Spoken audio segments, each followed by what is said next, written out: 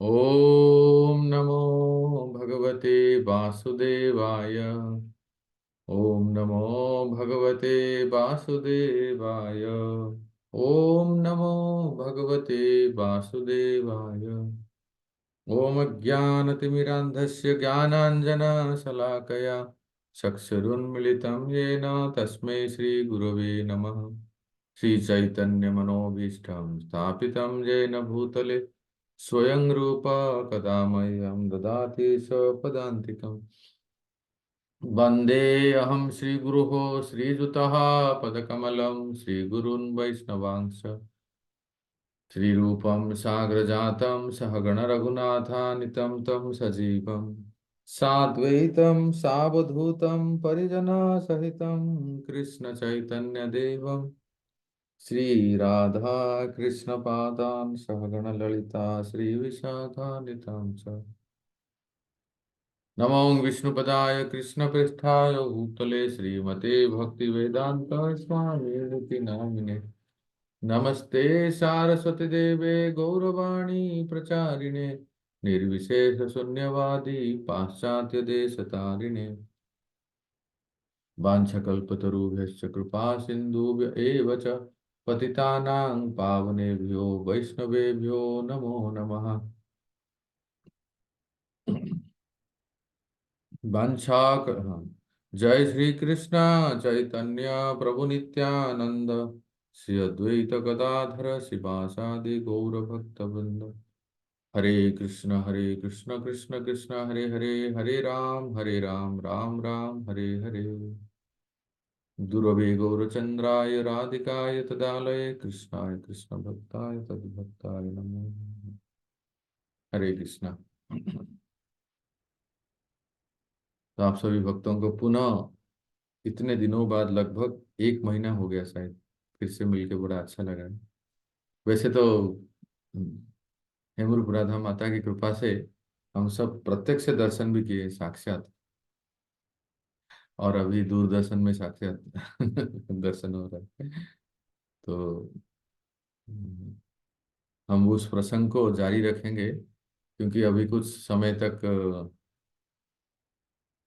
Presentation के बकासुर से आप सब लोग थोड़े वंचित हैं जो भी कहिए।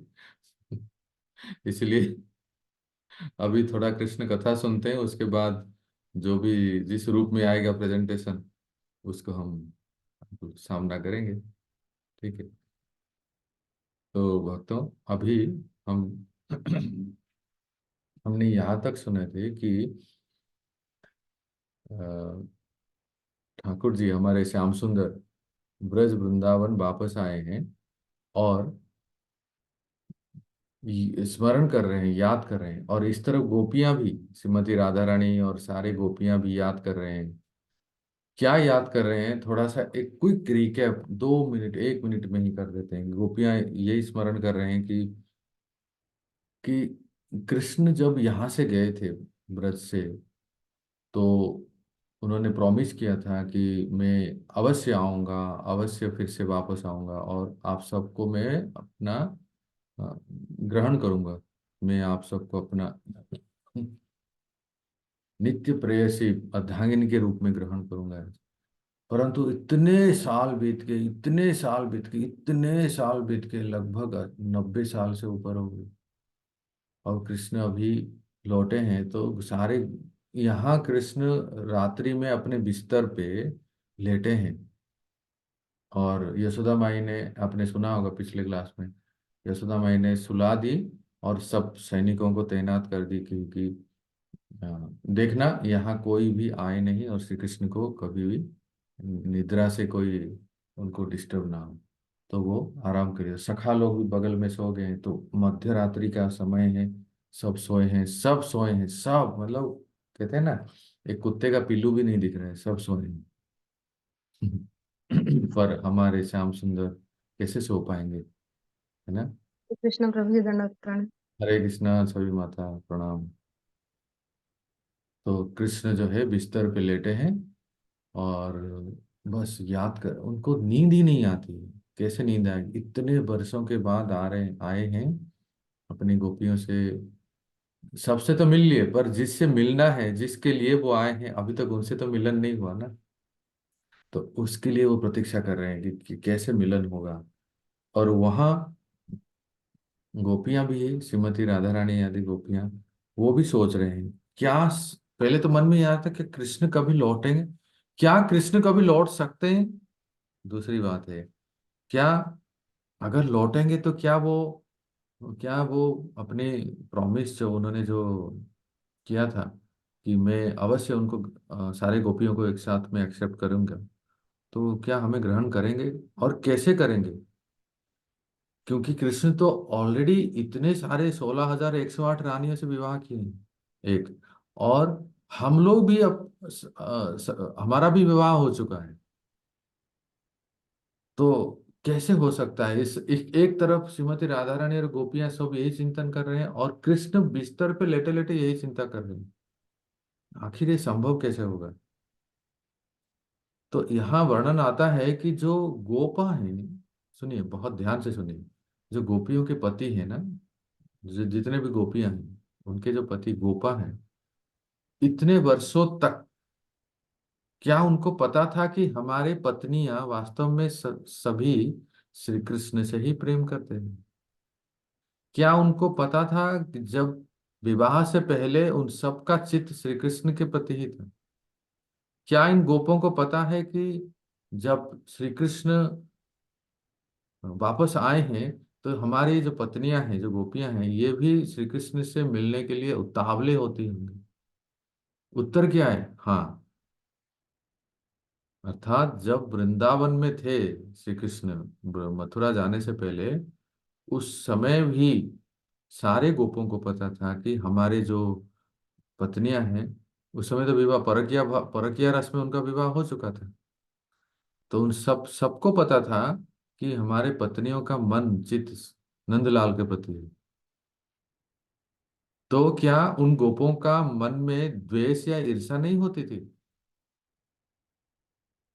क्या लगता है आपको, पद्मजा देवी, हेमरूपा देवी। प्रभु जी वो भी कृष्ण से उतना ही प्रेम करते थे, इसलिए ईर्ष्या नहीं हो। मनोभिष्टम। हेमरूपा माता जान ली। वास्तव में वो जो गोप जो है ना, वो भी कृष्ण से उतना ही प्रेम करते थे। और यही तो बात है। आपने आप लोग याद कीजिए, हम कहाँ गए थे, बत्सुवन। वहाँ हम लोगों ने ब्रह्मो विमोहन लीला सुनी थी। नहीं नहीं, ये इसके ब्रह्मो विमोहन लीला के बाद यज्ञ पत्नी, ब्राह्मण पत्नियों के समय, है ना। तो पति जो थे, ब्राह्मण पत्नियों के जो पति थे, वो कितना अपने आप को कोस रहे थे और कितना सराहना कर रहे थे अपनी पत्नियों की, है ना। याद कीजिए। तो इसी तरह ये जो गोप जो है ना, ये भी बहुत मानते थे कि अरे हमारे पत्नियों का मनोभाव नंद के लाला के प्रति है, श्री कृष्ण के प्रति है। और तो कभी इनके मन में द्वेष नहीं हुआ था। इतना मतलब, क्योंकि वो भी श्री कृष्ण से इतना प्रेम करते थे। और एक तो यह है कि जब कृष्ण वृंदावन में थे, यहां तक कि वृंदावन से लौटने के बाद, वृंदावन को लौटने के बाद, मथुरा से वृंदावन लौटे, तभी भी ये लोग तो चातक की तरह देख रहे थे कब कृष्ण आएंगे। तब उन्होंने देखा कि हमारे हमारी पत्नियां अभी भी श्री कृष्ण में उनका मन है, तो किसी के भी मन में कोई द्वेष, कोई ईर्ष्या नहीं था। भक्त तो कितना अलग ही दुनिया है ना। भाई गॉड, जरा सोचिए एक मिनट के लिए। मैं किसी से प्रेम करता हूँ या करती हूँ, उससे कोई दूसरा प्रेम करता है, तो क्या होता है, महाभारत चालू होता है। इस दुनिया में तो हो ही नहीं सकता है। एकदम बिल्कुल बहुत कुछ हो जाता है। परंतु आध्यात्मिक जगत कैसा है। तो गोपियों को ये पता था। अरे आप और क्या कहें इससे बढ़कर, जब कुरुक्षेत्र में याद कीजिए, जब सारे ब्रजवासियों को न्योता दिए गए थे, सारे ब्रजवासी कुरुक्षेत्र में श्री कृष्ण से मिलने गए थे, तो जानते हैं यही गोप लोग बड़े चाव से, बड़े खुशी से अपनी अपनी पत्नियों को, गोपियों को भेजे थे। नंद बाबा, मैया, गोपियों को भेजे थे, गोपियां सब कुरुक्षेत्र में आए थे, और ये गोप लोग पीछे रह के, ठीक है, गोप लोग पीछे रह के ब्रज की रखवाली करते थे, किए थे। इसका अर्थ आप समझ जाइए कि ये लोग कितने श्री कृष्ण से प्रेम करते हैं, किसी प्रकार के मन में द्वेष ईर्षा ऐसा नहीं था। यहां तक तो ठीक है, परंतु गोपियां अभी सोच रहे हैं कि श्री कृष्ण जो हमसे उन्होंने वादा किया था कि मैं ब्रज में आऊंगा और आप सबको स्वीकार करूंगा, ये कैसे संभव होगा? देखो, प्रेम कर लेना एक अलग बात है, ठीक है, श्री कृष्ण से सब प्रेम करते हैं, सारे चराचर प्राणी प्रेम करते हैं, तो हमारी पत्नियां भी प्रेम करते हैं, तो पर हमारी पत्नी हम विवाह कर लें, ये तो थोड़ा ज्यादा ही होता है ना। तो ये गोपियां समझ नहीं पा रहे थे, यही चिंतन में थे, जबकि उनको पता था कि although Radha and her Sakhis understood that they were the real queens of Krishna, Radha Rani और उनकी सखियों को ये पता था कि वास्तव में हम ही उन श्री कृष्ण के हृदय की रानियां हैं, और ये भी उनको पता था कि श्री कृष्ण विवाहित हैं, और ये भी उनको पता था कि हमारा भी विवाह हो चुका है। परंतु ये समझ में नहीं आ रहा है श्री कृष्ण अपने वचन को पूरा कैसे करेंगे। जिस तरह से यहाँ चावत में राधा रानी और सारे सखियां ऐसे चिंतन में थे, बहुत, उस रात को किसी को नींद नहीं आया था कि अब तक श्री कृष्ण का दर्शन नहीं हुआ। उसी प्रकार से श्री कृष्ण भी बिस्तर पे लेटे लेटे चिंतन करते, ये कैसे संभव होगा? Can you imagine? पूर्ण पुरुषोत्तम भगवान, अभिज्ञ सौराट, उनको पता नहीं कि मैं अपने वचन को कैसे पूरा कर सकूं। पदमजा माता जी, अभिज्ञ सौराट, मैं नाम पहले से ही ले लिया, जिनको भूत वर्तमान भविष्य सब कुछ पता है, उनको पता नहीं कि कैसे संभव होगा मेरा ये, मैं जो संकल्प लेके आया हूँ वो वचन कैसे संभव होगा, कैसे पूरा करूंगा। इस प्रकार से श्री कृष्ण अपने बिस्तर में लेटे लेटे चिंता कर रहे हैं, और राधा रानी और सखियां सब अपने कमरे में, वो भी चिंतन में है। तो अभी कैसे होगा ये? तो सुनिए आगे कैसे होगा, बहुत इंटरेस्टिंग है। तो कृष्णा अपने बिस्तर पे लेट के बहुत गहन गहन विचार में सोच सोच रहे हैं। वो कह रहे हैं कि यद्यपि मेरे पास 16,108 रानियां हैं, मैं वृष्णि वंशियों का प्रदीप हूँ, मैं समस्त राजाओं का मुकुटमणि हूँ, फिर भी मैं सब कुछ, सारे ऐश्वर्य और सारे सब कुछ छोड़ के ब्रज में कैसे आ गया? क्यों? क्योंकि ब्रजवासियों का प्रेम मुझे खींच लिया। नंद बाबा, मैया, ब्रजवासी, वृंदावन, मैं द्वारका का ऐश्वर्य छोड़ के वन में कैसे आ गया? क्योंकि ब्रजवासियों का जो प्रेम है मुझे खींच लिया। तो यही वो अपने बारे में सोच रहे हैं, कैसे ब्रजवासी लोग मुझे अथाह प्रेम करते हैं। और सर्वोपरि ब्रज में सबको पता है, सबको, गिलेरी, बंदर, चींटी से लेके गोपियां, सबको पता है कि यहाँ ब्रज में सभी कृष्ण से ही प्रेम करते हैं। वहां कोई दूसरा मतलब है, पर सबका आकर्षण श्री कृष्ण के प्रति है। तो कृष्ण ये लेटे लेटे सोच रहे हैं कि मेरा ये चिंता है, सब लोग जानते हैं कि कैसे गोपियां मुझे अथाह प्रेम करता है, पर मैं बता नहीं पाता हूँ, किसको बताऊं? समय बहुत बीत चुका है, 100 साल करीब हो चुका है, गोपियां भी विवाह हो चुके हैं, और हमारा मेरा भी विवाह हो चुका है, पर विवाह मतलब श्री कृष्ण अभी तक दादाजी बन चुके हैं। आप समझ रहे हैं? अब बस इस लीला के बाद सबसे श्रेष्ठ लीला होने जा रही है, होगी, वो है महाभारत। ये जो लीला हम सुन रहे हैं, ये ठीक महाभारत से पहले की है। तो श्री कृष्ण अब तक दादा बन चुके हैं, अर्थात वज्रनाभ का भी जन्म हो चुका है एक तरह से, मतलब प्रद्युम्न, प्रद्युम्न से अनिरुद्ध, अनिरुद्ध से वज्रनाभ। पर श्री कृष्ण तो है ही 16 साल के ना, तो यही वो सोच रहे हैं कि मैं किसे बताऊं ये बात। तो मन ही मन सोच रहे हैं मैं कैसे करूं, क्या करूं। वो लोग तो दूसरे की पत्नियां हैं, इसका कोई समाधान हो सकता है क्या? फिर वो सोचने लगे मैं कहाँ हूँ, मैं कहाँ हूँ, मैं वृंदावन धाम में हूँ। देखो अभी कृष्ण अपने ही धाम के बारे में सोच रहे हैं, जिस धाम को हम लोग दर्शन करते हैं, आते हैं, भ्रमण करते हैं, कहते हैं ये वृंदावन धाम तो चिंतामणि है ना। और इस यहाँ कोई भी इच्छा अगर करते हैं तो यहाँ के रज, यहाँ के वृक्ष, ये सब सब जो है सब इच्छाएं पूर्ण कर देते हैं। देखो देखो, ये कितना कितना शक्तिशाली धाम है। एक राक्षसी आई थी, कृष्ण सोच रहे हैं, अपने ही लीलाओं को सोच रहे हैं। एक राक्षसी आई थी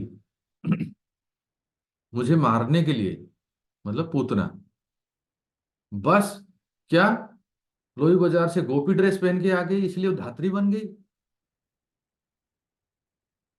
वो तो मारने के लिए आई थी, पर बस भाव ये था कि माँ का वेश डाल के, गोपी वेश। तो इस धाम का ऐसा महत्व है कि वो आज गोलोक वृंदावन में धात्री होगी।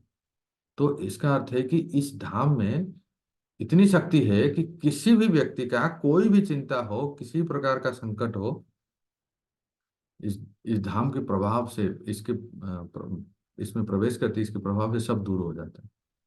और भक्तों साधक भी देख सकते हैं, मैंने शायद आपको कहा था कभी क्लास में कि धाम में जो वृक्ष हैं और जो है, एक कल्प वृक्ष है। बस इतना है कि सब में एक एक एक एक वर्ड हमें यूज करना है, वो है FAITH,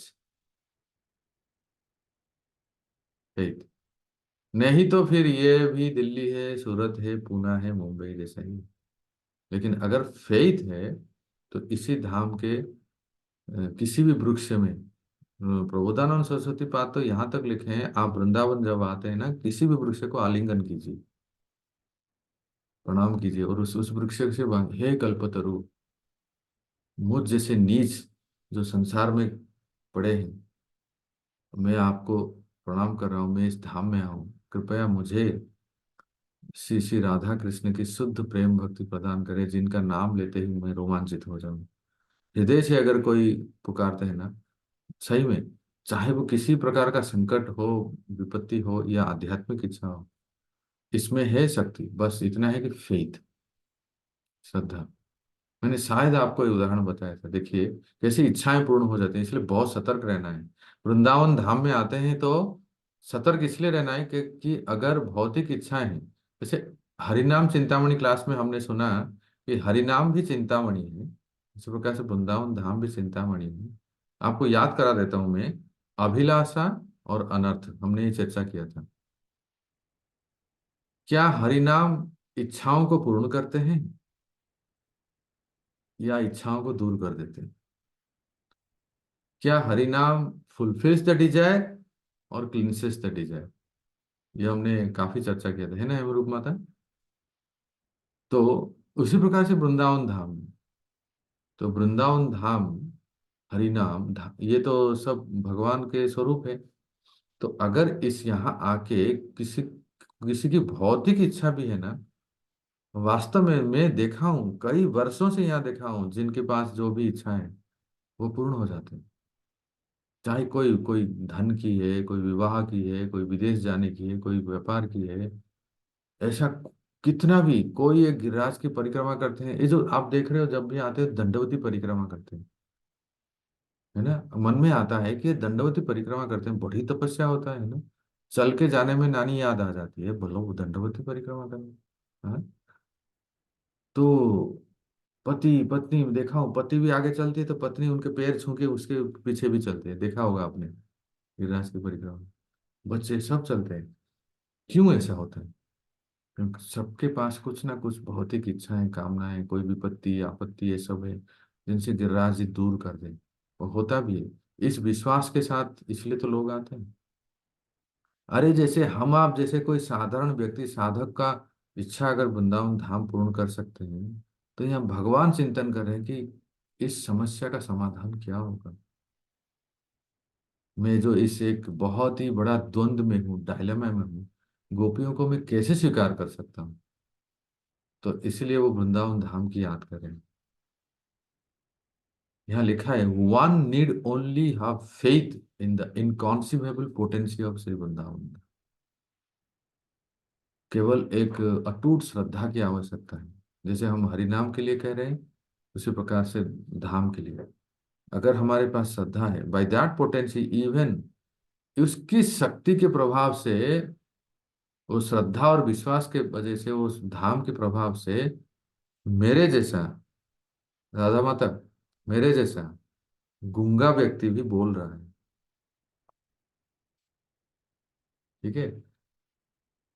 पंगु लंघयते गिरी मुकुं करोति वाचालम।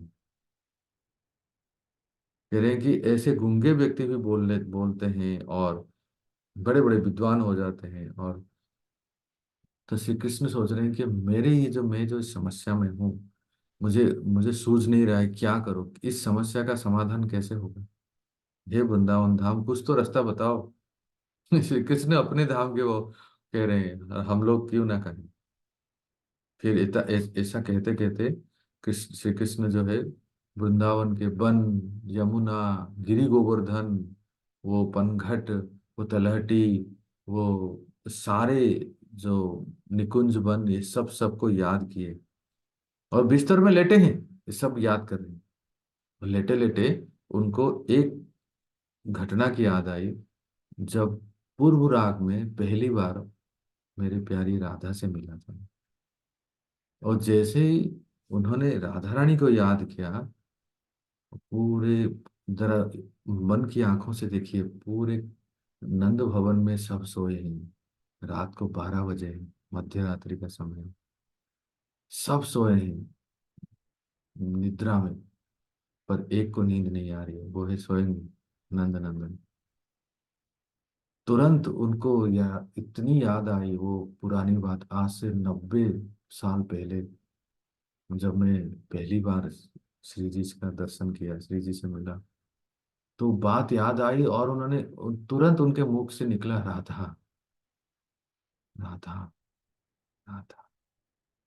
वो हृदय से, श्री कृष्ण के हृदय से जो दो अक्षर निकले, राधा, ऐसा मानो प्रतीत हुआ कि उस कमरे में जो निस्तब्ध था, हर जगह पे वो शब्द गूंज रहा है, राधा, राधा, राधा, राधा, राधा।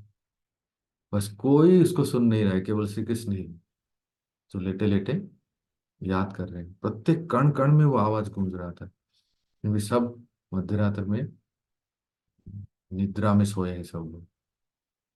जैसे ही श्री कृष्ण ने राधा का नाम लिया, राधा रानी का नाम लिए, तो उनको हल्की सी नींद आ गई। तब तक ब्रह्म मुहूर्त का समय आने जा रहा, रात भर सो नहीं पाए और हल्की सी नींद आई। जैसे ही नींद आया तो उन्होंने स्वप्न देखा। और स्वप्न में क्या था सुनिए। स्वप्न में उन्होंने देखा कि एक बहुत ही सुंदर कुंज है और उस कुंज में श्री कृष्ण प्रतीक्षा कर रहे हैं, एंटिसिपेटिंग, प्रतीक्षा कर रहे हैं कि किशोरी जी कब आएंगे, कब आएंगे। अभिसार, जैसे आपने वो यात्रा में सुना है, अभिसार करना, कि राधा रानी को लेके आना, उसको कहते हैं अभिसार करना। तो अभिसार करके सखियां मंजरियां मेरे किशोरी जी को कब लाएंगे। एक्चुअली इस तरह राधा रानी के चिंतन में मतवाले होके, जब वो कुंज से बाहर होके ढूंढ रहे थे, तो उनको सामने ही प्रकट हो गए एक सखी, वो थे चंद्रावली। पर क्योंकि चित्त में राधा बसे हैं, चित्त में राधा बसे हैं, इसलिए श्री कृष्ण चंद्रावली को देख के तुरंत उन्होंने कहा, हे राधिके, जय हो तुम्हारी। उन्होंने उनको ग्लोरीफाई किया, तुम्हारी जय हो। कब आए? तो चंद्रावली को लगा कि सिर पे वज्रपात हो गया। इतना जोर से वो क्रोधित हो गई, गुस्सा हो गई। तो जब श्री कृष्ण ने चंद्रावली को राधा कह के पुकारा, तो चंद्रावली क्या कह रही है, कहते हैं, हे कंस, तुम्हारी जय हो। तो कृष्ण को थोड़ा सा होश आया, क्या क्या क्या क्या क्या क्या क्या। किसका नाम लिया तुमने? कहते मैं कंस हूं। कंस कहाँ से आएंगे? ऐसे कृष्ण को रे कह रहे कि तुमने मुझे कंस बुलाया, मैं तुम्हें कंस दिख रहा हूं, तो कौन हो तुम ऐसे मुझे बुला? तो चंद्रावली कह रही है, जिसने मुझे देख के राधा का नाम याद किया, उसी को मैं कह रहा हूं कंस।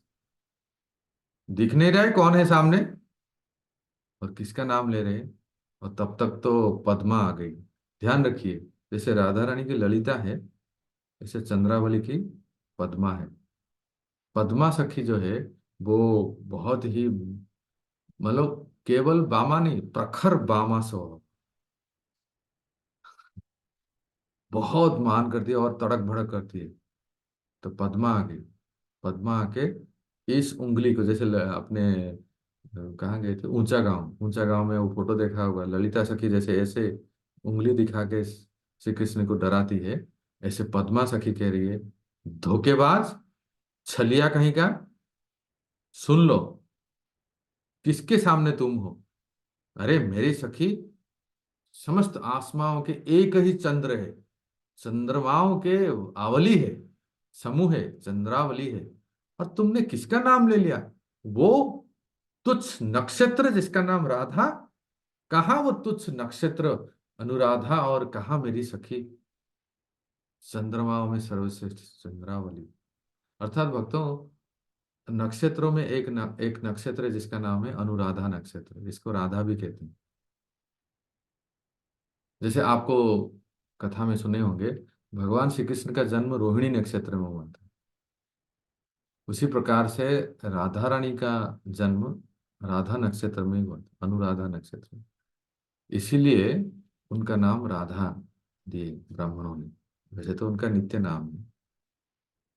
इस प्रकार से पद्मा ने कृष्ण को बहुत जोर से फटकारा और कहा कि तुम बहुत छलिया हो, धोखेबाज हो। तुमने तुमने अभी तक पहचाना नहीं। तुमने मेरे सखी के सामने किसका नाम ले लिया? कालिया कहीं का, कलुआ, भागो यहां से जल्दी से। मेरी सखी इतना सुंदर, चंद्रमा के समान है, और तुम किसके साथ इसका तुलना कर रहे हो? और जैसे ही श्री कृष्ण को पद्मा ने से फटकारा और कहा कि तुम यहां से भागो, तब तक अलार्म बजने लगा, बूम बूम बूम बूम।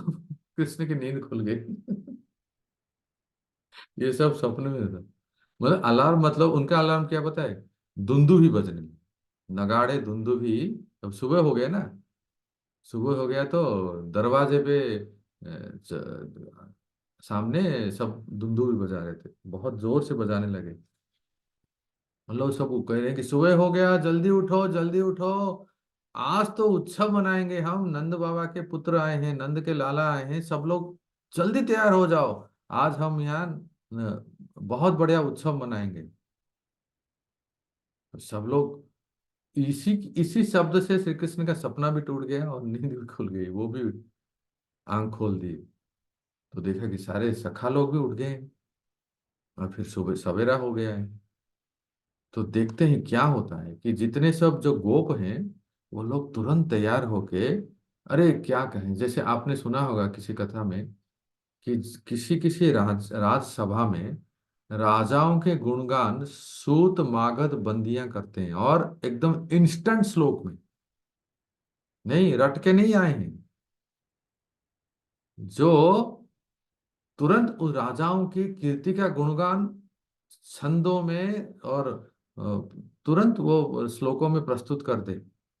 ऐसे गोप लोग जो है सब गाने लगे, श्री कृष्ण का ही गुणगान लगे। देखिए ये कैसे जन्म हुए थे, बचपन में कैसे लीलाएं की थी, एक एक राक्षस को वध किए थे, फिर उसके बाद मथुरा गए, मथुरा में ये की हो। तो मैं जो कह रहा हूं ना, वो सब गीत के आकार में, सब गीतों के पद में। क्यों क्यों गीतों में? क्योंकि आप लोगों ने ब्रह्म संहिता में सुना होगा, कथा, गानम, नाट्यम, गमनम प्रिय सखी। वृंदावन में जो बात करते हैं ना, वो कथा है। हाँ, वो गीत है। जो चलते हैं ना, वो नाचते हैं। वो चलना नहीं है, वो नृत्य है। कथम गानम गमनम। इसीलिए सारे गोप लोग जो है श्री कृष्ण की यश कीर्ति गुणगान करके नाचने लगे। अब देखे कि गोपियां, वो ये क्यों पीछे रहेंगे? जो गोपियां हैं वो भी अट्टारियों में आ गए और श्री कृष्ण की सुंदर यश कीर्ति गुणों का गान करके। वास्तव में इस बार आप लोग जब आए थे, मेरे मन में एक विचार था पर भूल गया मैं। कभी हम ये स्तोत्र गाएंगे, गोविंद दामोदर माधवेति। है ना? बहुत प्यारा पद है। ओहो, क्या कहेंगे, एकदम समाधि लग जाती है। उसका अर्थ समझेंगे तो कहना ही क्या है। अगली बार जब आपसे मिलन होगा तो ये पद गाएंगे, गोविंद दामोदर माधवेति। इतना सुंदर पद है। और आप सब भी उसको कभी, मैं देखता हूँ, शेयर करता हूँ, मिले तो लिंक में, तो आप सब भी उसको सुनिए और अभ्यास कीजिए। जब भी आप अपने ठाकुर जी के सामने, अपने ऑल्टर के सामने या मंदिर में जाते, या दो चार भक्त, 10 भक्त, कॉन्ग्रीगेशन भक्त, भक्त वृक्ष में, इसको पद को जरूर गाना चाहिए। इसमें इतना सुंदर सुंदर भगवान की लीलाओं का, यश का वर्णन है। एक पद उसमें कहते हैं ना, द्रौपदी अग्रे कुरु नाम अथ पांडवानां दुःशासनम्, ऐसे। अग्रे कुरु नाम अथ पांडवानां दुःशासनम्। ऐसे। दुःशासनेन धृतराष्ट्रकेसा हाँ, ऐसे ही।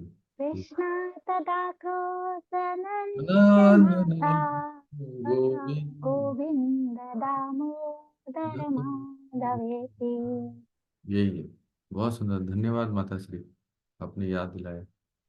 तो ऐसे, तो ये सारे गोपियां गाने लगी। जब गोपियां गाने लगी, जैसे सरस्वती माता गाने लगी तो हम बंद हो गए। उसी प्रकार से जब गोपियां गाने लगी, इतना सुंदर। वैसे माताओं का कंठ भी बहुत सुरीला होता है ना।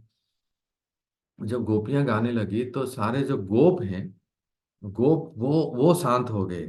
और गोपियां गा के सब सुंदर वाद्य बजा के सब नृत्य करने लगे। मतलब अभी सुबह का समय है, और ये जब वाद्य सब बज रहा था, गोपियां गाने लगी, तो रात भर तो राधा रानी और सारे सखियां ये तो सोए नहीं ना। ये सब श्री कृष्ण के स्मरण में थे। श्री कृष्ण बिस्तर पे लेटे हैं, और राधा रानी और सखियां मून टावर, अपने अट्टारियों पे प्रतीक्षा कर रहे हैं। तो देखा कि जब सारे सखियां श्री कृष्ण के गुणगान करने लगे, तो इतना सुनते ही राधा रानी बेहोश होकर गिर गई।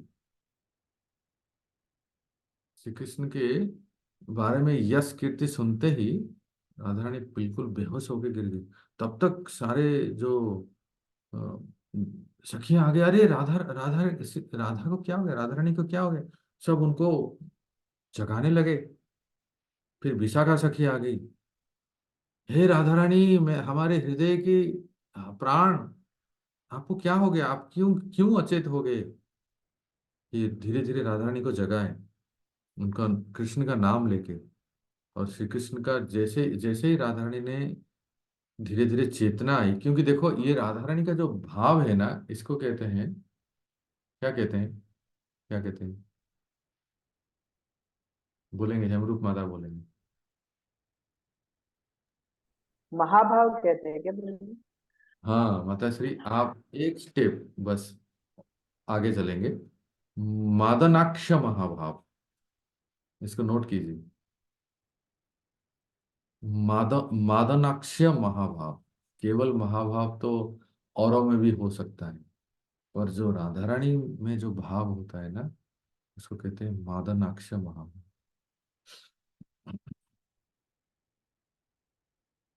और किसमें ये और किसमें ये महाभाव प्रकट होता है, बताइए तो।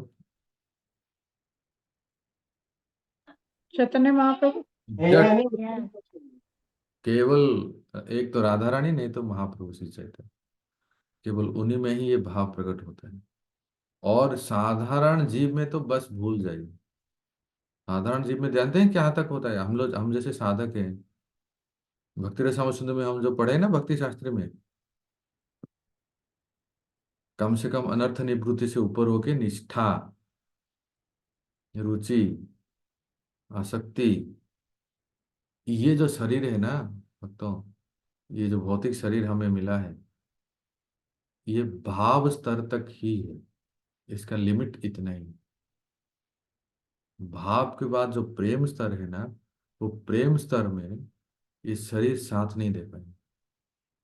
इसलिए आपने अगर सुना होगा, परम पूज्य गौर गोविंद स्वामी महाराज जो भुवनेश्वर के हैं ना, वो भाव स्तर में थे। जो अंतिम समय 96 में उन्होंने जो शरीर छोड़ा था, जो उन्होंने अंत में गोपाल गोपाल कह के, है ना, अमरूप माता सुने हो ना, गोपाल कह के वो जो सरस्वती माता, आप उनके बारे में सुने? गौर गोविंद महाराज भुवनेश्वर के। यस प्रभु जी। उन्होंने मायापुर में जीबीसी मीटिंग चल रहा था, और नित्यानंद त्रयोदशी के पास जो जीबीसी मीटिंग होती है, तो जीबीसी मीटिंग के बीच में ही एक दिन जब उनको कुछ भक्तों ने आके पुकारा, मैंने पूछा, क्या पूछा, कि जगन्नाथ जी का ये स्वरूप ऐसा क्यों हुआ, आंखें क्यों बड़े हो गए, हाथ क्यों अंदर चले गए। इस लीला को बताते बताते बताते बताते बताते बताते गौर गोविंद महाराज का शरीर छूटा। ओहो, क्या कहना। लास्ट में वो बोल नहीं पाए, गोपाल गोपाल गोपाल ऐसे कहने लगे। और जो भक्त लोग जो पूछ रहे थे, कुछ 4-5 भक्त ही थे, विदेशी भक्त थे, तो उनके महाराज के सर्वेंट आए, कहे कि अब महाराज को बिस्तर बिस्तर में लेटा दे, बिस्तर में लेटा, तो बिस्तर में लेट गए। और वो इशारा किए, वो उनके जो प्रिय विग्रह है ना, गोपाल, तो गोपाल के फोटो को लाया गया, गोपाल के फोटो को महाराज के छाती के ऊपर रखे, और फिर तुरंत डॉक्टर को बुलाया गया। जो मायापुर में उस समय इतना सुविधा भी नहीं था, 96 की बात है। चारों ओर बिजली की तरह बात फैल गई। परम पूज्य जयपत का महाराज, शिवराम स्वामी, राधानाथ स्वामी, ये स्वामी, वो स्वामी, वो स्वामी। 96 में तो सारे जीबीसी थे ना उस समय, सारे गुरु महाराज थे। भीड़ इकट्ठा हो गई। डॉक्टर भी आए, एलोपैथिक डॉक्टर आए, आयुर्वेदिक डॉक्टर आए, लेकिन सब लोगों ने कहा कि अब समय पूरा हो गया। तो वो इस स्तर पे थे। मैं इस घटना को आपको क्यों कह रहा हूँ, क्योंकि ये जो शरीर है ना, ये अन अटमोस्ट भाव स्तर तक ही जा सकता है। और भाव स्तर में अगर शरीर छूटता है ना, तो समझ लीजिए कि पार्षदत्व, बस भगवत पार्षद। और इस संसार में तो लौटना नहीं, वो अलग बात है, क्योंकि ये स्पष्ट लिखा है कि कोई मायापुर धाम या ब्रज वृंदावन धाम में शरीर छोड़ता है, वो भी इतना ऊंचा ऊंची चेतना में, तो उसको पुनर्जन्म नहीं होता है। आप लोगों ने देखा होगा, इस्कॉन के काफी भक्त, सन्यासी, जो बड़े वरिष्ठ भक्त, ये लोग या तो मायापुर में जाते हैं, नहीं तो वृंदावन। तो ये, क्योंकि ये कंड्यूसिव, ये धाम का प्रभाव, ये जगह का, स्थान का प्रभाव है, कि अंत समय में यहाँ जो शरीर छोड़ते हैं, और फिर उनकी चेतना ऐसी होती है, कीर्तन करते हुए सभी साथ में अगर है, तो फिर वो पुनः संसार में नहीं आते। और उनका क्या क्या क्या कहना, जो कि ऑलरेडी भाव के स्तर में थे। तो मेरे कहना, मैं आपसे ये कह रहा था, कहने का तात्पर्य ये है भक्तों, कि साधक शरीर में केवल भाव स्तर तक कोई जा सकता है, और प्रेम भी ये सहन नहीं कर पाए। प्रेम का जो बिल्कुल बिगिनिंग स्टेज है, प्रारंभिक स्थिति में हो सकता है, कुछ कुछ प्रारंभिक लक्षण ही हो सकते हैं।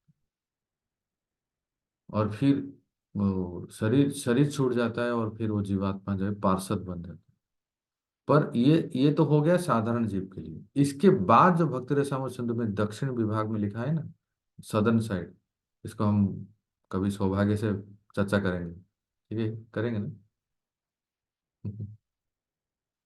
उसके बाद क्या होता है, भाव और प्रेम के बाद क्या होता है, अनुभाव। ये जो सब है सात्विकी भाव, संचारी भाव, ये सब जो है वो पार्षदों में दिखाई देता है। और सर्वश्रेष्ठ है, जैसे माता श्री ने कहा, महाभाव। पर राधा रानी में जो है ना, मादनाक्ष महाभाव, वो केवल महाप्रभु या तो राधा रानी, इन दोनों में ही। तो तुरंत राधा रानी को फिर जगाए सब लोग, और राधा रानी सबकी ओर देखने लगे, और अपनी इस मंद मंद मुस्कान में, तड़ित सुवर्ण चंपक प्रदीप्त गौर विग्रहे मुख प्रभा परास्त कोटि शारदेन्दु मंडले, सुंदर अपना चांदनी जैसा चेहरा सबको दिखाए और मंद मंद मुस्काने लगे। तो वर्णन आता है कि राधा रानी की दंतुलिया, छोटी छोटी सफेद सफेद दांत, मोती के समान, सबको निहारने लगे, मतलब वो चेतना से बाहर आए। फिर सब लोगों ने देखा कि श्रीमती राधा रानी भाव स्तर में, मतलब वो बाह्य चेतना में आए। उस समय क्या हुआ, जब यहाँ से वो दुंदुभी नगाड़े बजा के श्री कृष्ण की यशगान कर रहे हैं, तो कृष्ण भी जग गए अपने बिस्तर से लेटे थे, फिर बैठ गए तो अंगड़ाई लेने लगे। राजकुमार जग गए अभी, और जमाई लेने लगे, अंगड़ाई लेने लगे। और जैसे ही श्री कृष्ण जग गए तो देखा कि इनके जो सखा लोग तो पास में जो थे, मतलब अलग बिस्तर में, वो पास में ही, श्रीदाम, सुबल, उज्जवल, स्तोक कृष्ण, अर्जुन, ये सारे सखा लोग एकदम कूदी मार के उड़ के जंप के आ गए इनके पास। और मधुमंगल तो लेटे लेटे ही, भाई मुझे मत उठाना 8 बजे तक। मधु खाने में तो बहुत चतुर है, पटु है। तो मधु वो लोग उड़ी मार के उठ गए और श्री कृष्ण का गुणगान करने लगे। और मधुमंगल लेटे लेटे संस्कृत में श्लोक में कृष्ण का गुणगान किया, क्योंकि ब्राह्मण का पुत्र है ना। वो लेटे लेटे ही कृष्ण का सुंदर गुणगान किया। और तब सब लोग उठ गए। उठने के बाद आप में से मुझे बताइए, श्री कृष्ण के 2 सखा हैं जो दास्य भाव में है और श्री कृष्ण की सेवा में सदैव तत्पर है। नाम, एक तो मैं हूं, दूसरा दयाल चंद्र प्रभु है। चित्रक और पत्रक। चित्रक वित्रक नहीं। नोट कीजिए, रक्तक, रक्तक और पत्रक।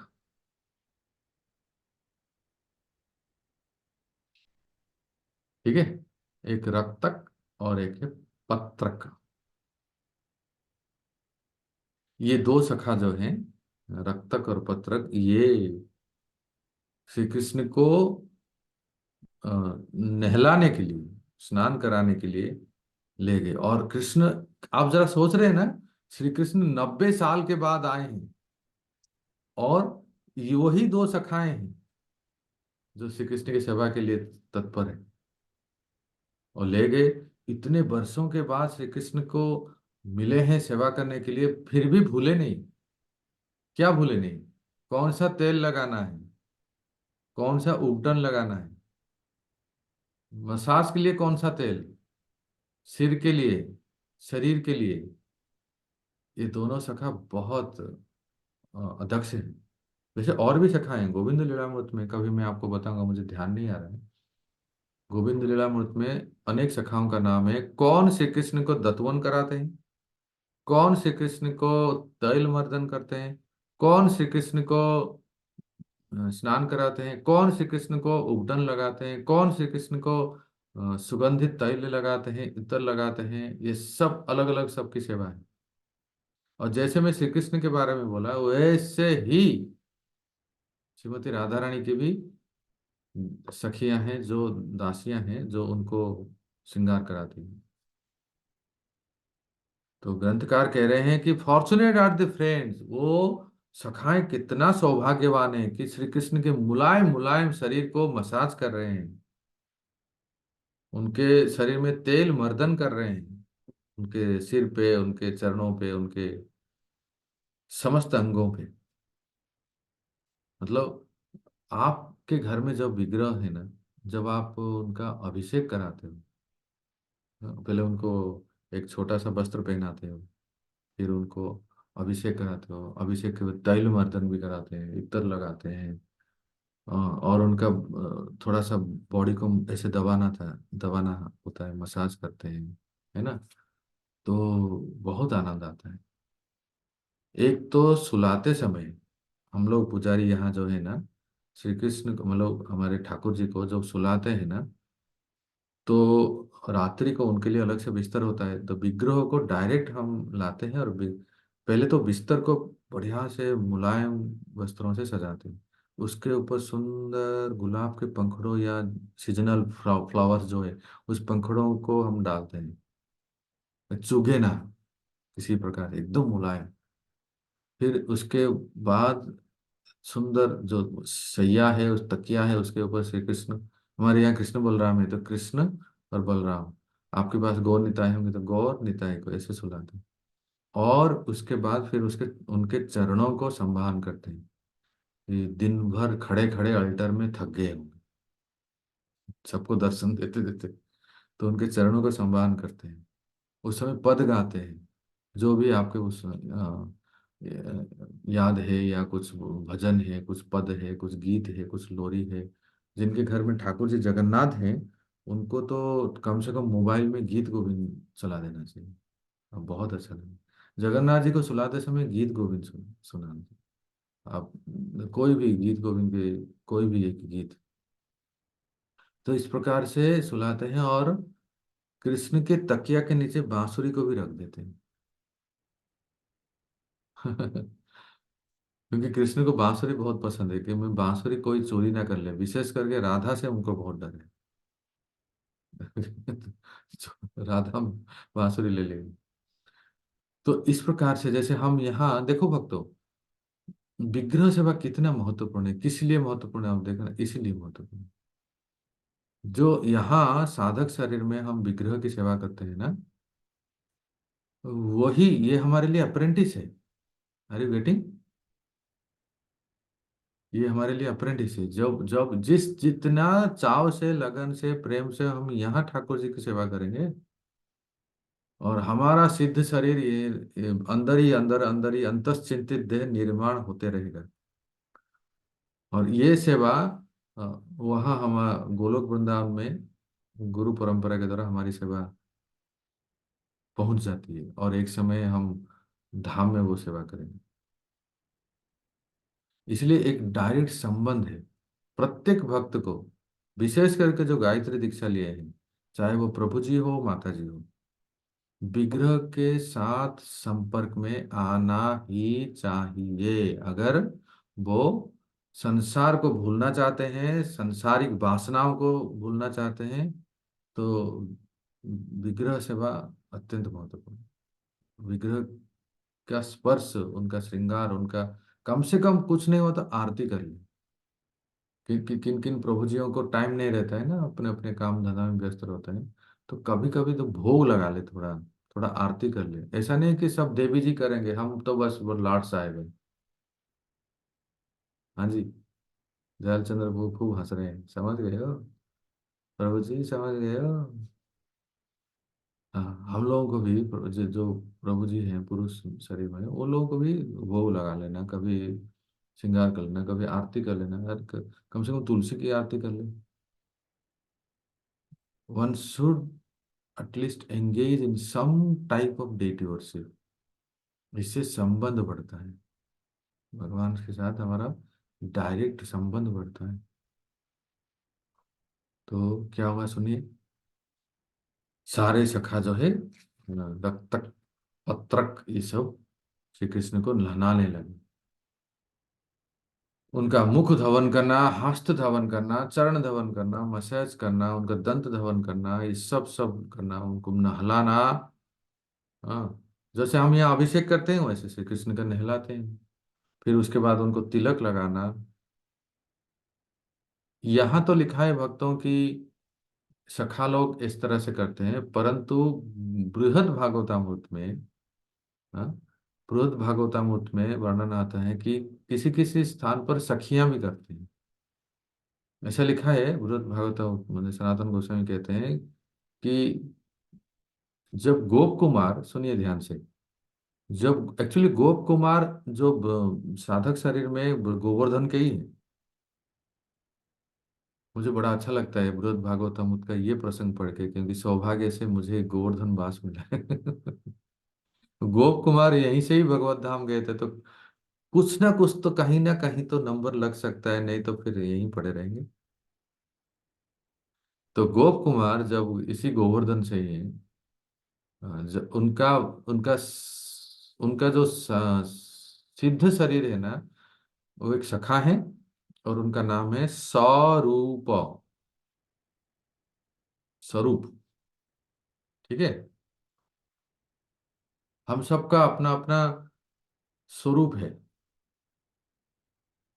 जो समय आने पर सभी को प्र, प्रकट होता है। तो गोप कुमार जो थे कृष्ण के सखा थे, जिनका नाम है स्वरूप। स्वरूप नहीं, स्वरूप। तो ये जो स्वरूप है, ये जब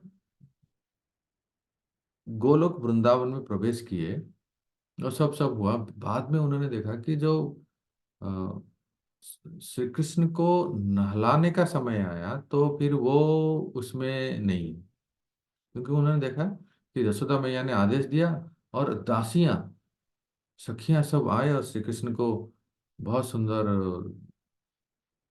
अब अभिषेक करके नहलाए। तो उस समय थोड़ा श्री कृष्ण माधुर्य भाव के रसिक शेखर है ना, इसलिए जो दासियां उनसे उनकी सेवा में थे, उनके साथ वो बहुत ही सुंदर हास्य परिहास, मजाक, उनके शरीर को स्पर्श करना इत्यादि बहुत सुंदर की उनको भी सौभाग्य मिला। अरे आज श्याम सुंदर हमें स्पर्श किए।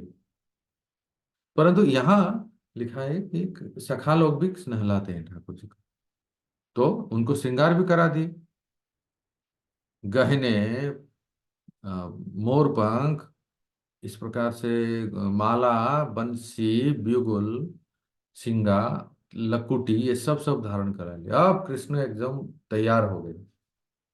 हाँ, श्रृंगार करने के बाद तैयार हो गए। जैसे ही श्री कृष्ण तैयार हो गए, नहा के धो के सारे सज धज के, जैसे आप लोग श्रृंगार करते हो ना, तो जैसे श्री कृष्ण तैयार हो जाते हैं, ठाकुर जी तैयार हो जाते हैं, तो अभी सब सखा लोग देखे, अरे क्या सुंदर दिख रहे हैं श्याम सुंदर, सब लोग जाके एक एक करके आलिंगन किए। और कृष्ण किसी को दुखी नहीं करते हैं, आप जानते हैं, वो साक्षात भगवान है ना, एक साथ सभी सखाओं की इच्छा पूर्ण कर सकते हैं। और सबको ऐसा लगता है जैसे मैं ही स्पर्श किया, मैं ही श्री कृष्ण को स्पर्श किया। अब तो जब नहा धो के तैयार हो गए, तो यशोदा मैया पुकारने लगे, अरे रक्तक पत्रक अभी तक कन्हैया को तैयार नहीं किए, जल्दी लेके आओ, बाबा बैठे बैठ चुके हैं। क्या करने के लिए? कलेवा। कलेवा अर्थात ब्रेकफास्ट, आप जिसको कहते हैं, इसको ब्रज भाषा में कहते हैं कलेवा। भोजन करने के लिए तैयार हो गए, तैयार होके बैठे हैं। तो उधर से दाऊ भैया भी तैयार हो गए, उधर से सभी शाखाएं तैयार हो गई, जल्दी से श्री कृष्ण को लेकर आओ। यशोदा एकदम कहने लगी, अरे राधा कहाँ गई? राधा जिसकी हाथ की भोजन करके मेरा लाला, मेरा कन्हैया इतने साल तक चिरंजीवी रहा और इतने बड़े बड़े दैत्यों को उसने नाश किया, वो राधा कहाँ गई? राधा दिख नहीं रही, राधा को बुलाओ। कौन जाएगा राधा रानी को बुलाने के लिए? बताओ कौन जाएगा राधा रानी को बुलाने के लिए? बताइए, आप लोग बताइए। कितना सौभाग्य है ना, जरा सुनिए इसको, लीला में प्रवेश कीजिए। यशोदा पुकार रही है, अभी तक राधा नहीं आई, मतलब जावत से बुलाना पड़ेगा। आप यहाँ भी ब्रज में देखेंगे ना, नंद गांव से जावत थोड़ी दूरी है, और जावत में अगर राधा रानी छत के ऊपर अपनी बालकोनी से अट्टारियों में अगर चढ़ के अगर देखती है ना, तो नंद भवन का, नंद बाबा का गौशाला दिखता है। सुन रहे हैं? और वहां से निहारती है कि अपने प्यारे श्याम सुंदर कैसे दूध, गायों के दूध धो रहे हैं। और दूध धोते धोते श्री कृष्ण को भी पता है अब ये समय है कि मैं गौशाला में प्रवेश करता हूँ, तो वहां से किशोरी जी आएंगे झरोके से, तो श्री कृष्ण भी तिरछी नजर से देखते हैं। फिर क्या होता है? नैनों से नैने मिले, मुलाकात हो गई, दोनों रहे खामोश फिर भी बात हो गई। सब बात हो जाती है दृष्टि से ही। तो राधा रानी को पुकारने लगी, यशोदा यशोदा। तो उस समय वर्णन आता है भक्तों, एक तुरंत एक ब्राह्मण ब्राह्मण बच्चा, एक ब्राह्मण बालक को यशोदा कहती है, बेटा तुम जल्दी से जाओ, तेजी से, हवा के बेग से जाओ, पवन के बेग से जाओ। कहाँ जाओ? जावत जाओ। और जटिला को कहना कि नंद रानी, यशोदा रानी, ब्रजरानी ने बुलाया है, जल्द से राधा को अपनी सखियों के साथ भेजो। ये प्रसंग को पढ़ते ही मेरा मतलब मुझे ऐसा लगा, काश वो ब्राह्मण बालक में ही होता। जब भी मैं हम लोग ऐसे पढ़ते हैं ना, रुक्मिणी स्वयंवर, रुक्मिणी स्वयंवर में जब पढ़ते हैं ऐसा लगता है वो ब्राह्मण काश में होता कि हमारे ठाकुर जी, हमारे किशोरी जी के प्रेम पत्र को लेके ठाकुर जी को देना, इससे बढ़कर सेवा क्या हो सकता है। जय। इसी को ही तो कहते हैं लालसामयी, मोर ही अभिलाष। हाँ, यहाँ जो लालसा करेंगे सेवा वहां वैसे मिलती है। यहाँ लिखा है कि वो ब्राह्मण बालक इतना प्रफुल्लित हो गया, वो आनंदित हो गया, क्या मुझे राधा रानी को बुलाने के लिए भेजा गया है। कैसा लगेगा बताओ। वो ब्राह्मण बालक तो उछलते कूदते तुरंत तेज से भाग के जावत गए गए, और तुरंत उन्होंने संदेश दिया जटिला को कि यशोदा रानी ने बुलाया है, अपनी बहू को सखियों के साथ जल्द से जल्द भेजो, कृष्ण के लिए ब्रेकफास्ट कलेवा तैयार करना है और भोजन बनाना है। और उसके बाद फिर ललिता, विशाखा, अपने तुंग विद्या, और बोलिए कुछ एक दो नाम, हेमरूप माता, सरस्वती माता, इंदुलेखा, रंग देवी, सुदेवी, लेखा, चंपकलता, रंग चित्रा, देवी, श्रीदेवी, हेमरूपा, चित्रा, चंपकलता। पद्मजा, सबको लेके राधा सरस्वती, आराधना, मीनाक्षी, माधुरी माता, श्री पद्मजा माता। सब सब सब जितने सब हैं, सबको लेके राधा रानी, आप सबको लेके जावत से अभी आती है नंद भवन। तो सब लोग सब सब आते हैं। और देखो यहाँ वर्णन, इतना सुंदर वर्णन, थोड़ा पढ़ के आपको बताता हूँ। जैसे ही राधा रानी अपनी सखियों के साथ, मतलब राधा रानी ऐसे चल रही है, वो भी घूंघट डाल के, इतनी बड़ी बड़ी लंबी घूंघट, घर बहू है ना। और वो भी देखो, राधा रानी जिस रास्ते से आती है ना, वो मेन रोड से नहीं आएगी ना, बहू है ना, तो वो कहीं दूसरे रास्ते से आती है। तो सारे सखियां घेरे हुए हैं। शोभा कैसा वर्णन है देखो, जैसे मानो चंद्रमा अनेक नक्षत्रों के साथ चल रही है। जय हो, क्या बात है, हरी हरी।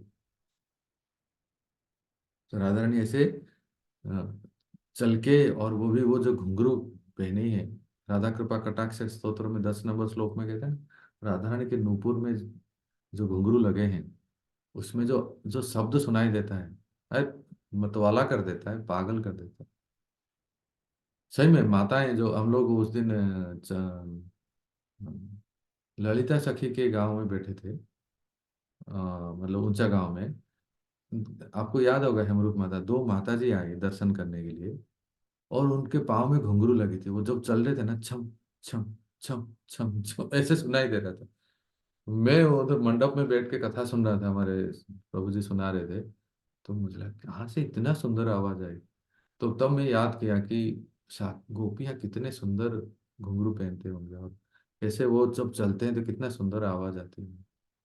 राधा माता आपने याद देखा ना, वो दो दो माताएं आए थे ना, ऐसे।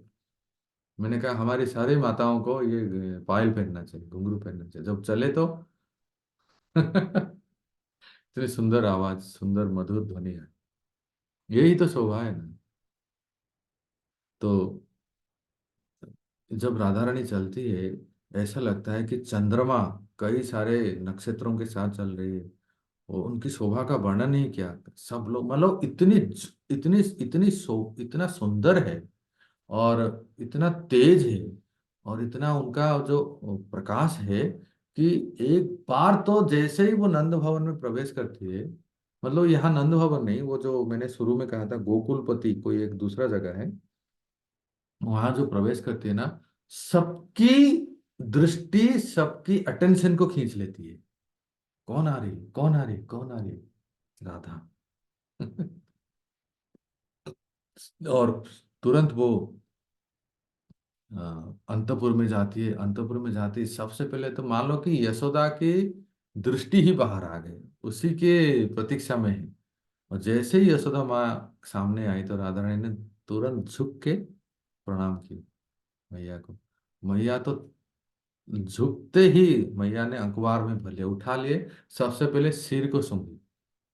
जानते हैं ना ये प्रथा, बड़े छोटों के जब आशीर्वाद देते हैं ना तो पहले उनके माथे पे सिर को सूंघते हैं। इससे उनकी लंबी आयु, दीर्घायु, चिरंजीवी और निरोग, कीर्तिमान भव, बुद्धिमान भव, यशवान भव, आयुष्मान भव, जो भी है। तो यशोदा माँ कितना सुंदर आशीर्वाद देती है हमारी किशोरी जी को। वो उनके सिर को सूंघे और फिर ऐसे ऐसे ऐसे लगा देती है थोड़ा वो नजर ना लगे। और अखबार में भर लेती है तुरंत।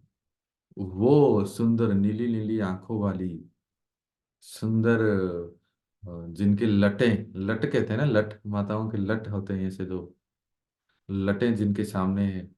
अ, तो ऐसे सुंदर मान श्रीमती राधा रानी को अखबार में भर लेती है। और फिर भोजन, मान लो राधा रानी जब रसोई करती है, जबकि किचन का पूरा दायित्व जो है रोहिणी माता के पास। सुन रहे हैं ना, ठाकुर जी के लिए भोजन बनाना, ये बनाने का दायित्व रोहिणी माता की। रोहिणी माता पर रोहिणी जब देखती है राधा रानी आ जाती है, बस साइड हो जाती है, अब तो बस कुछ करना नहीं है, क्योंकि साक्षात प्रकट हो गई। और राधा रानी इतने फुर्ती से वो, जैसे मानो कि 10 चूल्हा लगा, एक में स्वीट राइस, एक में ढोकला, एक में चटनी, एक में, और बोलिए पोहा। इतने सारे आइटम है।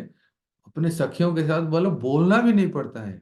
एक में किसी सखी को, एक में किसी सखी को, किसी सखी को, किसी मंजरी को, सब लगाएं। पर हर एक चूल्हा में राधा रानी की नजर तेजी से जाती है। और वो बिजली की तरह एक एक चूल्हा में जाके सब जगह कि ये बन रहा है कि नहीं, ये बन रहा है कि नहीं, कहाँ धनिया पत्ता डालना है, कहाँ मसाला डालना है, कहाँ क्या डालना है। बहुत ही एक्सपर्ट है। और नजरों से ही होती है, ऐसे ही इशारा कर देती है, बस नमक उतना ही जाएगा, बिल्कुल अधिक नहीं जाएगा, ध्यान से सुन। इशारा ऐसे ही। वो मंजरियां इतने एक्सपर्ट हैं आप लोग, इसलिए तो हम लोग यहाँ अप्रेंटिस कर रहे हैं। जो जो यहाँ प्रशिक्षण कर रहे हैं, अब हम राधारानी के किचन में जाके रसोई करेंगे ना, तो हमें इतने दक्ष होना चाहिए। तो भक्तों, इस प्रकार से भोजन करके पकवान तैयार कर देते हैं, लेकिन भोजन लीला बहुत अच्छा है। इसको मैं चाहता हूँ कि केवल 2-5 मिनट में पूरा ना करें। कल इसको सुनेंगे, बहुत ही सुंदर। मतलब आपको इतना मन लग जाएगा। मैं तो कहता हूँ कि इन सब लीलाओं को श्रवण करें और सुबह सुबह जप करें तो आपको यही याद आएंगे। राधा रानी कैसी आती है, कैसे चंद्रमा की तरह है, वो सारे नक्षत्र की तरह है, ऐसे चल के आती। वो चलते समय कैसे उनके चरणों में जो झुमका है छम छम करती है। ये इन सब लीलाओं को श्रवण करते हैं, मनन करते हैं, तो यही याद आते हैं हमारे महामंत्र के जप में। और वास्तव में सबसे उत्कृष्ट जप ये है कि नाम करते करते जब हम निष्ठा के स्तर पे पहुंच जाते हैं ना, थोड़ा थोड़ा रूप प्रकट होते हैं। और निष्ठा से फिर रुचि के स्तर पे जाते हैं ना, फिर नाम से फिर रूप, रूप से फिर गुण प्रकट होते हैं, श्री कृष्ण और राधा रानी के गुण। और फिर आसक्ति के स्तर में जाते हैं तो स्वरूप का झलक मिलता है। और भाव के स्तर पे जब जाते हैं ना भक्तों, साधक का अपना स्वरूप और अपने प्रियतम के स्वरूप, ये भी बिल्कुल प्रकट प्राप्त हो जाता है। हरे कृष्ण। तो यही विराम देते हैं। कल हम भोजन लीला सुनेंगे, कैसे कृष्ण कलेवा करते हैं। और वो किचन से जो भी आइटम आता है, ठीक है, किचन से जो भी आइटम आता है, वहां जितने लोग पंगत में बैठे हैं, कौन कहाँ बैठा है, ये भी एक सुंदर वर्णन है। और कैसे एक एक आइटम को राधा रानी रोहिणी माता के कंचुकी के पीछे से निहारती है कि मेरे प्रियतम को कैसा लग रहा है। और इनको चिढ़ाते हुए श्री कृष्ण क्या नटखट करते हैं सुनेंगे। बहुत सुंदर वर्णन भक्तों। कोई जिज्ञासा हेमरूप माता, कोई प्रश्न? प्रभु जी, ये मादनाक्ष भाव और महाभाव में क्या फर्क अच्छा अच्छा, महाभाव और मादन। देखो ऐसा है, महाभाव जो है वो तो वो ही बता पाएंगे जिनमें ये प्रकट होते हैं। पर थियोरिटिकल सैद्धांतिक जो कहते हैं ना, पोथी पोथी ज्ञान, मादनाक्ष महाभाव सर्वोत्कृष्ट है जिसमें अ, उनको ऐसा प्रतीत होता है कि मैं ही वो हूँ। क्योंकि देखो, उसके शब्दों को ध्यान देंगे ना, एक है मदन, मदन अर्थात श्री कृष्ण। मदनाक्ष का अर्थ है कि अगर श्रीमती और ये ध्यान रखिए कि ये श्री कृष्ण में नहीं होते हैं ये, क्योंकि श्री कृष्ण जो है विषय आलंबन है, और राधा रानी और सखियां जो है आश्रय। तो जो विषय है उनमें इतना ये उत्कृष्ट भाव प्रकट नहीं होता है, जिसको कहते हैं मादनाक्ष महाभाव। अगर श्री कृष्ण को ये मादनाक्ष महाभाव क्या है जानना है, अनुभव करना है, तो उनको राधा बनना पड़ेगा। और बन ही गए वो कलयुग में, इसलिए तो वो आए इस रूप में। तो इसमें ऐसा होता है कि ऐसा प्रतीत होता है जैसे मैं वो हूँ, अर्थात श्रीमती राधा रानी को ऐसा होता है मैं ही श्री कृष्ण हूँ, राधा में ही कृष्ण है। तो इसी प्रकार से महाप्रभु, महाप्रभु भी इस स्तर में रहते हैं, गंभीरा में। तो उनको भी ये है कि मेरे प्रियतम, अ, मैं ही प्रियतम के स्वरूप में हूँ ऐसे। तो बहुत उत्कृष्ट है। और कुछ?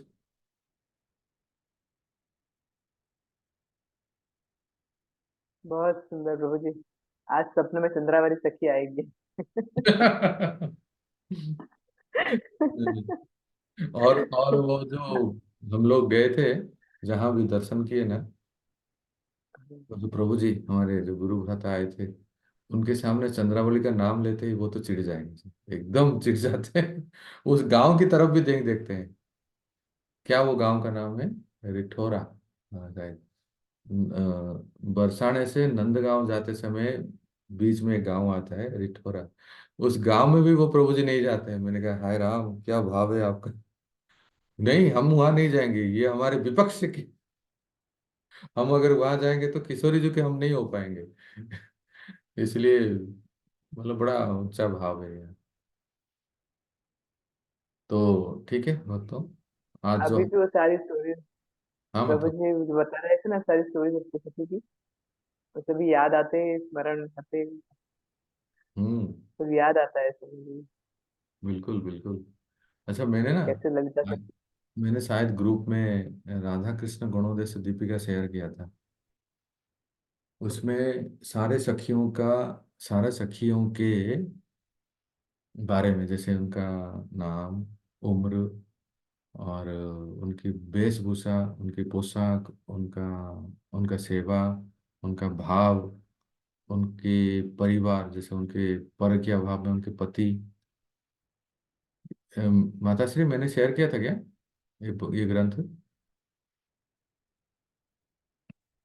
अच्छा नहीं प्रभु जी, नहीं, नहीं। नहीं की। तव कथा में तो नहीं हुआ प्रभु जी। अच्छा अच्छा, मुझे लगा वो यात्रा ग्रुप में शेयर किया था। तो तब कथामृतम में कर लेंगे। तो आप ना, आप लोग उसको कभी कभी थोड़ा देखते रहिए, अच्छा रहेगा कि चित्रा सखी का गांव, चित्रा से या तुंग विद्या सखी का सेवा क्या है। इन सब सखी मंजरियों की सेवा स्वरूप में हम मन लगाएंगे तो फिर धीरे धीरे कहीं ना कहीं नंबर लगेगा, है ना?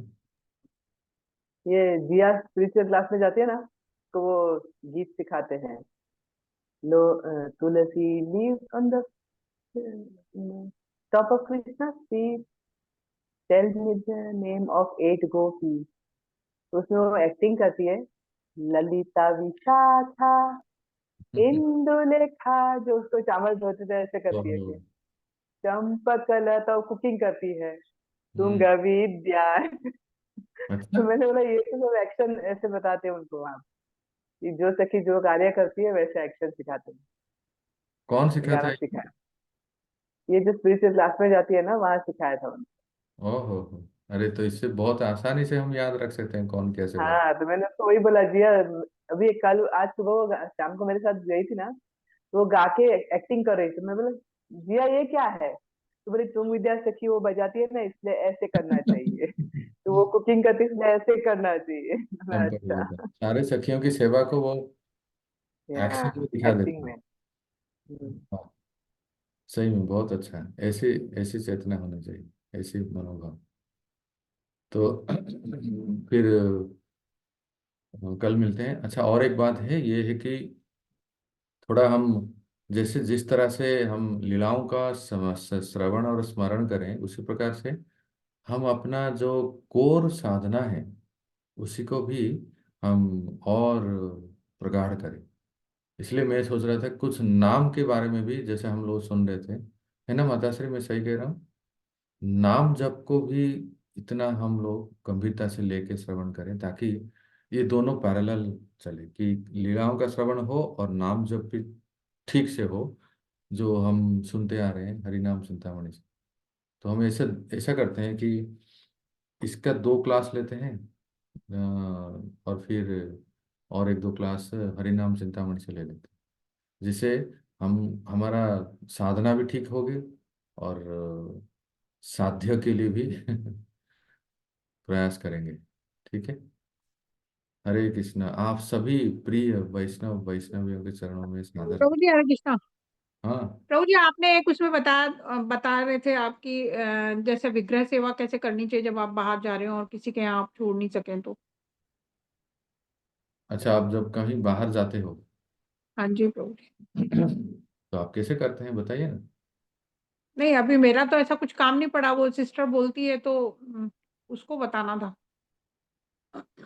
अच्छा। मैं तो अभी तक तो जैसे एक माता जी है उनके यहाँ छोड़ देती थी, लेकिन अब मैं गुड़गांव में शिफ्ट हो गई हूँ तो अब मेरे पास कोई है नहीं जिनके यहाँ मैं भगवान जी को छोड़ूं। तब मुझे भी थोड़ा चाहिए कि क्या करें। सरस्वती आराधना माता, हेमरूप माता, कुछ दिग्दर्शन दीजिए, उसके बाद हम भी कुछ कहेंगे। माता श्री, आप लोग कैसे करते हैं, बताइए। प्रभु जी हरे कृष्णा। प्रभु जी मेरे तो पास में भक्त हैं, वो मेरे जैसे मेरे पहले जाने का ही प्रोग्राम नहीं बनता, और जैसे ही प्रोग्राम बनता है तो वो पहले बोल देते हैं गौर निताई हमारे पास। ओहो। खुश हो जाते हैं, फिर गौर निताई अब आ रहे हैं, हमारे पास आ रहे हैं। अच्छा, कहते कैसे ऐसे। करते हैं राधा, हेमरूप राधा माता? प्रभु जी, हम लोगों को तो बताया गया था कि या तो कोई भक्त के घर हम कर सकते हैं, या फिर किसी भक्त को कह सकते हैं कि हमारे घर आके भोग लगा के जाए 2 टाइम कम से कम।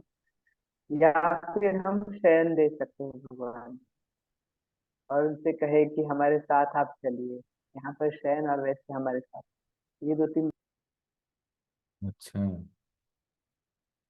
हाँ, इसलिए इसलिए मैं पूछ रहा था, क्योंकि जो आप लोग जैसे सेवा करते हैं, इनसे सुनेंगे तो पता चलेगा कि ये कैसे करते हैं। देखो पद्मजा देवी माता, एक तो है कि जैसे हेमरूप माता ने कहा कि कोई गुरु बहन है, कोई संबंधी है, कोई रिलेटिव है, तो उनको दे सकते हैं। और क्योंकि यात्रा में लेके जाएं तो सेवा नहीं हो पाती है ना, ट्रैवलिंग में ये सब नहीं हो पाता, तो उनको दे सकते हैं सेवा, कुछ समय के लिए, कुछ दिन के लिए।